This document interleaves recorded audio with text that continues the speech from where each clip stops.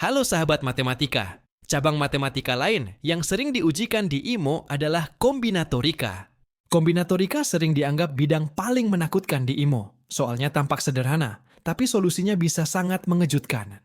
Di video kali ini, kita akan belajar beberapa konsep dasar yang cukup ampuh untuk menghadapi soal-soal kombinatorika di IMO. Pigeonhole Principle, double counting dan bijection, metode ekstremal, Ramsey Theory yang legendaris. Mudah-mudahan setelah mempelajari ilmu baru ini, wawasan matematika kalian makin luas. Tidak hanya sebatas yang diajarkan di sekolah. Dan tentu saja semakin percaya diri dalam menghadapi soal-soal IMO. Yuk, langsung saja kita mulai pembahasannya satu persatu. Pertama, Pigeonhole Principle. Bayangkan ada 10 burung merpati dan hanya 9 lubang kandang. Apa yang pasti terjadi? Ya, paling tidak ada satu kandang yang terisi lebih dari satu burung. Inilah ide dasar dari Pigeonhole Principle atau prinsip Dirichlet. Definisi. Pigeonhole Principle menyatakan, jika kita menempatkan lebih banyak objek ke dalam lebih sedikit kotak, maka paling tidak ada satu kotak yang berisi lebih dari satu objek. Secara umum, jika ada n yang ditambah satu objek ditempatkan ke dalam n kotak, maka pasti ada satu kotak yang berisi minimal 2 objek. Contoh sederhana.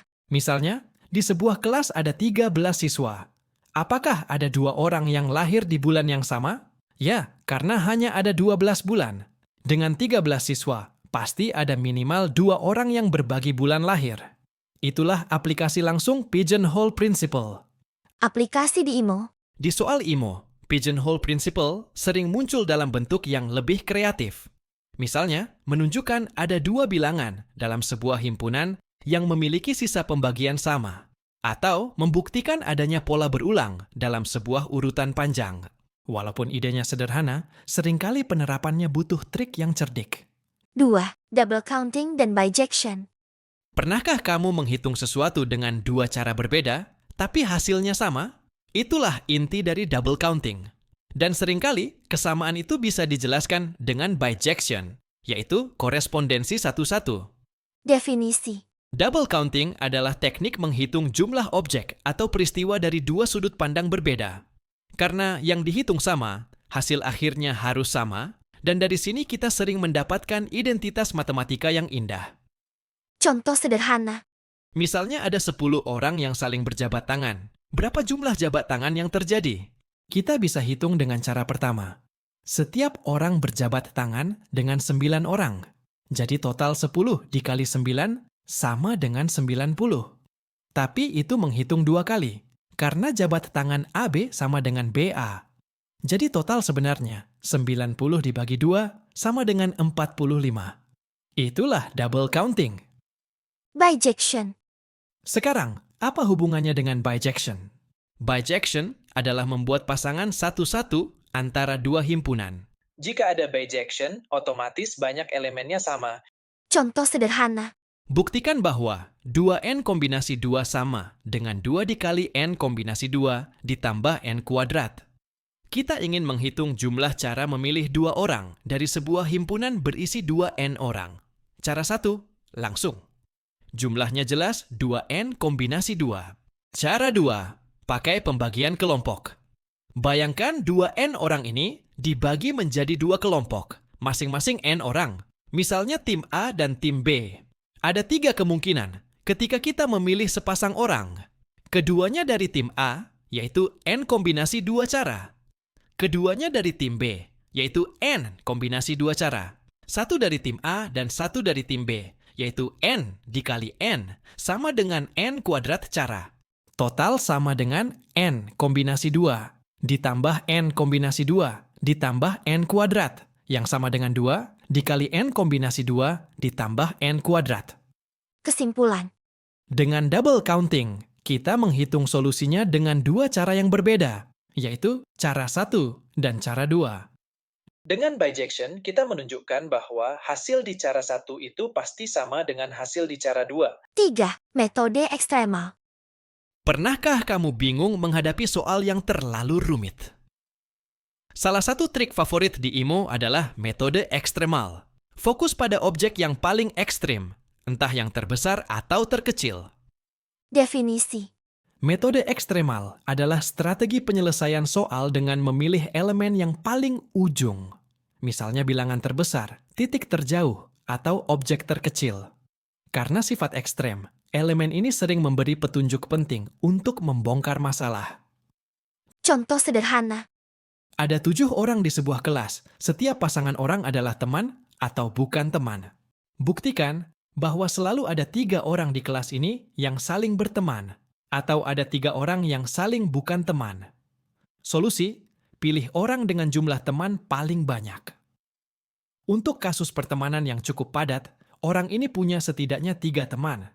Karena kalau semua orang hanya punya 2 teman, maka dengan mudah kita mendapatkan segitiga saling bukan teman. Kalau di antara 3 temannya itu, ada 2 orang yang juga saling berteman, kita sudah menemukan segitiga saling berteman. Kalau di antara 3 temannya itu tidak ada 2 yang saling berteman, berarti 3 orang itu saling bukan teman. Kita menemukan segitiga saling bukan teman. Jadi, salah satu dari 2 kondisi pasti terjadi. 4. Ramsey Theory. Teman-teman, pernah nggak sih kalian coba mewarnai sesuatu secara acak, berharap nggak ada pola sama sekali? Nah, ternyata matematika membuktikan, seberapa acak pun kita mencoba, pola tetap akan muncul. Itulah inti dari teori Ramsey. Isi teori Ramsey. Teori Ramsey berbunyi, dalam sistem yang cukup besar, keteraturan pasti muncul, meskipun kita mencoba menghindarinya. Contoh teori Ramsey dalam graf.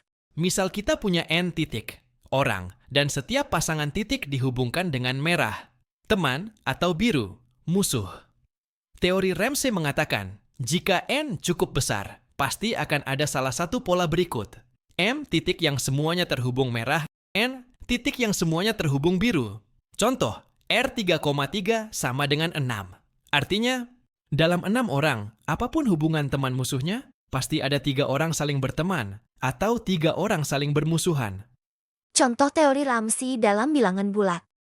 Contoh teori Ramsey yang lain adalah teorema van der Waerden yang berbunyi, untuk setiap bilangan bulat positif R, jumlah warna, dan K, panjang deret aritmatika, ada bilangan bulat N sedemikian, sehingga WR, K sama dengan N.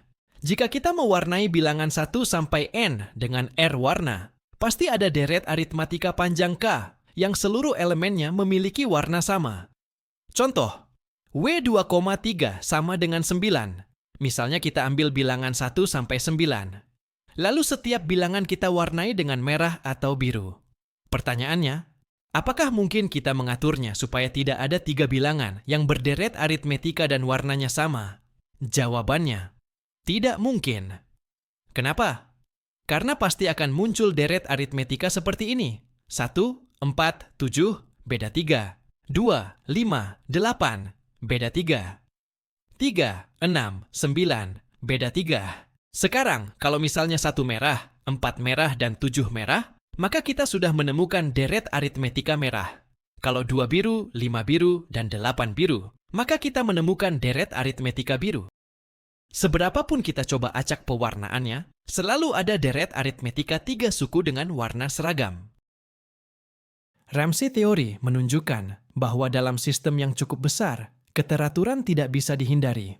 Di graf, kita menemukan segitiga pertemanan atau segitiga bukan teman. Di bilangan, kita menemukan deret aritmetika homogen. Jadi, meskipun kita coba membuat sesuatu semrawut, matematika menjamin akan selalu ada pola tersembunyi.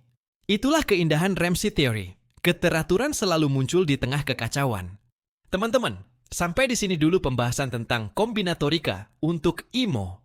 Sebenarnya masih banyak konsep kombinatorika yang lain, seperti prinsip inklusi-eksklusi, teori graf dasar, kombinatorika ekstremal, rekursi dan fungsi, kombinatorika geometri, metode probabilistik, dan masih banyak lagi. Namun itu akan dibahas dalam kesempatan yang lain di video yang lain.